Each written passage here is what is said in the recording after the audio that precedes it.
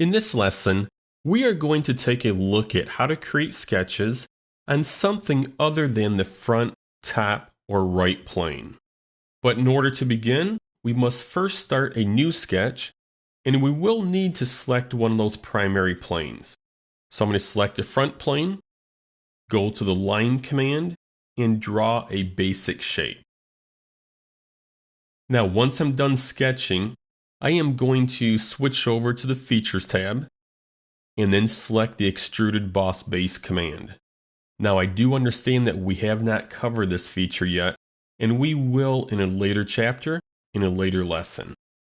But just to get through this lesson, let's go ahead and select Extruded Boss Base, and then grab this arrow and holding down the left mouse button, drag it out to any distance.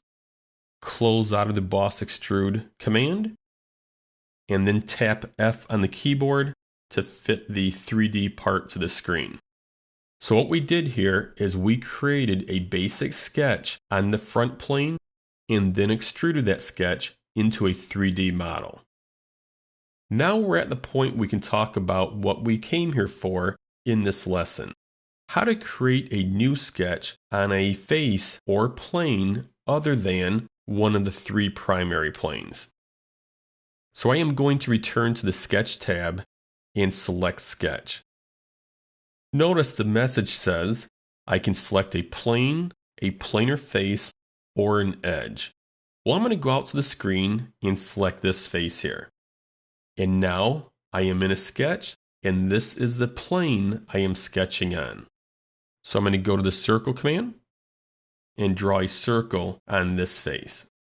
Now it's important to note that you are not confined by the size of this profile.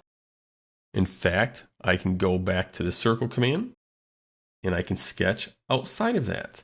And if I roll the model, you'll notice all of the sketch geometry is on that planar face.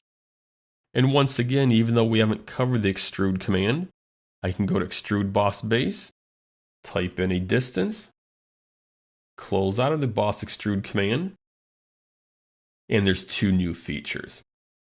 So we are not restricted to creating sketches on the three primary planes. In fact, we can select edges or faces of existing 3D parts.